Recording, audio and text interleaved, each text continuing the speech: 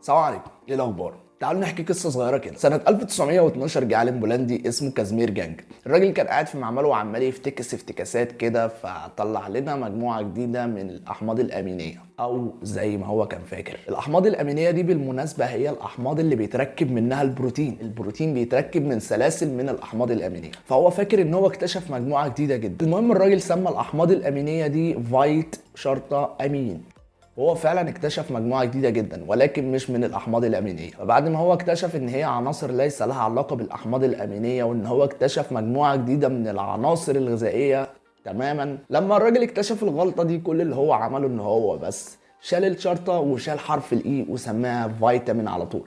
وده الفيتامين اللي احنا نعرفه النهارده، اللي هو نوع من العناصر الغذائيه. المهم بعد كده اصحاب العلماء كل واحد لما عرف المعلومه دي ما كدبش خبر وقام اكتشف فيتامين. كل واحد قام اكتشف فيتامين لحد سنة 1948 كانوا خلصوا على كل الفيتامينات اللي احنا نعرفها النهاردة واكتشفوهم كلهم. ده بالعكس بدأوا يصنعوهم في المعامل كمان. طيب ايه هي بقى الفيتامينات وايه هي انواعها وازاي بتشتغل في الجسم وبتعمل ايه وبتيجي منين؟ كل ده موضوع حلقتنا النهاردة. يلا بينا نشوف.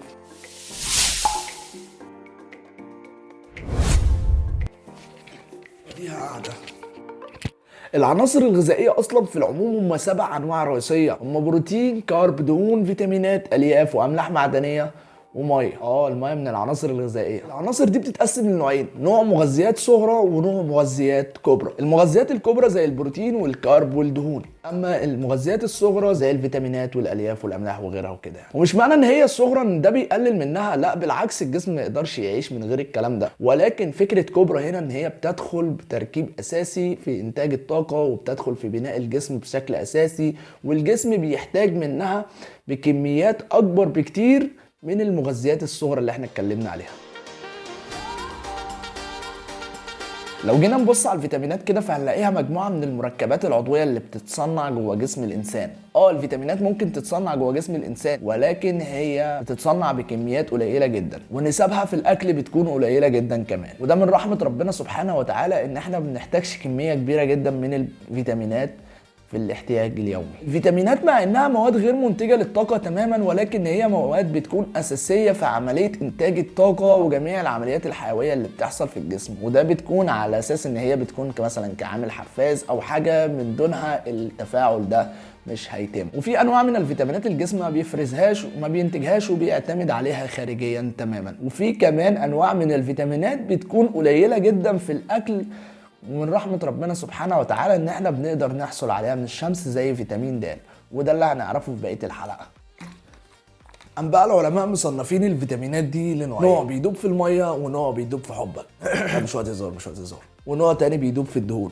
النوع الاول اللي بيدوب في الميه زي مثلا فيتامين الف ودال وه وكاف. اما النوع الثاني والنوع اللي بيدوب في الدهون وهو زي سي وبقيه الرجاله بتوع بي. ما هو فيتامين بي عنده قبيله كده كبيره هنعرفها في بقيه الحلقه، برضه هنعرف كل حاجه في بقيه الحلقه، بس تابع بس انت كده. وبالمناسبه انت لسه لحد دلوقتي ما اشتركتش ولا عملت لايك ولا اي حاجه. تعال نتعرف على الفيتامينات من قريب شويه زي مثلا فيتامين الف. ايه هو فيتامين الف؟ فيتامين الف فيتامين بيكون موجود في القشطه واللبن والزبادي والجبنه البيضاء والجزر والسبانخ. نقص فيتامين الف بيؤدي حالات زي حالات العمى الليلي وجفاف الرمد والتهاب الجلد. طب الجسم السليم بيحتاج حوالي 1.5 مللي جرام من فيتامين الف يوميا عشان يقدر يؤدي وظائفه بصوره سليمه بدون اي مشاكل. اما الجسم اذا كان في حاله مرضيه، ومعنى كلمه حاله مرضيه هنا ان هو عنده نقص في فيتامين الف، فهو بيحتاج حوالي من 3 ل 15 مللي جرام يوميا على حسب الحاله بتاعته. طب وزيادته بتؤدي لايه؟ ما هو الزيادات في الفيتامينات بتؤدي برضو المشاكل. زيادته بتؤدي لتغيرات مرضيه في الجلد والشعر والاغشيه المخاطيه وكده يعني. بس ما تقلقش لان الفيتامينات زي ما قلت لك نسبها قليله جدا في الاكل.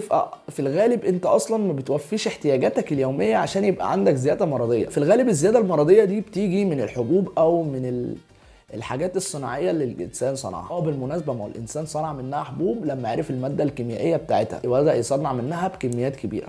وبالمناسبه الحبوب اللي موجوده في الصيدليات دي مش مضره ولا حاجه، لان هي نفس الماده الكيميائيه اللي موجوده في الفيتامين.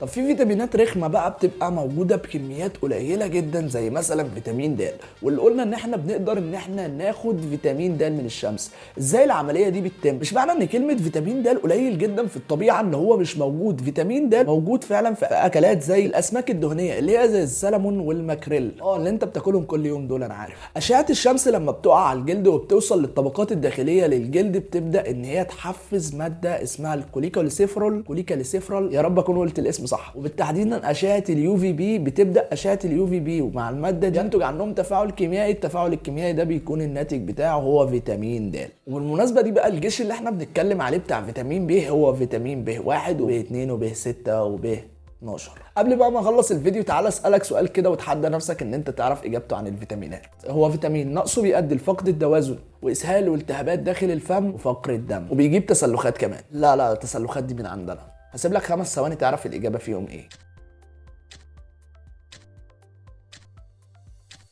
الإجابة هو فيتامين ب 12. وبالمناسبة فيتامين ب 12 موجود في البيض والجبنة واللحم. في الغالب الأكلات اللي احنا عارفينها دي موجود فيها جميع أنواع الفيتامينات، وأنت بتاخد الفيتامينات من غير ما تحس. هتقولي لو جه في يوم وما خدتش النسبة الكافية من الفيتامينات. أحب أقول لك إن أنت أكلك يوميا بيديك النسب الكافية من الفيتامينات والزيادة كمان. ده من رحمة ربنا سبحانه وتعالى إن أغلب الفيتامينات موجودة في الأكلات اللي احنا نعرفها. يعني مثلا الأكلة مش هتلاقيها موجودة في المريخ، لا الفيتامينات موجودة في الأكلة او في الاكلات اللي احنا بناكلها يوميا. وبس كده، ده كل حاجه عن الفيتامينات، او باختصارا يعني كده كل حاجه عن الفيتامينات.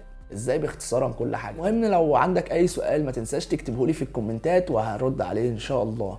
ولو عندك فكره حلقه ممكن نعملها اكتب لنا تحت في الكومنتات.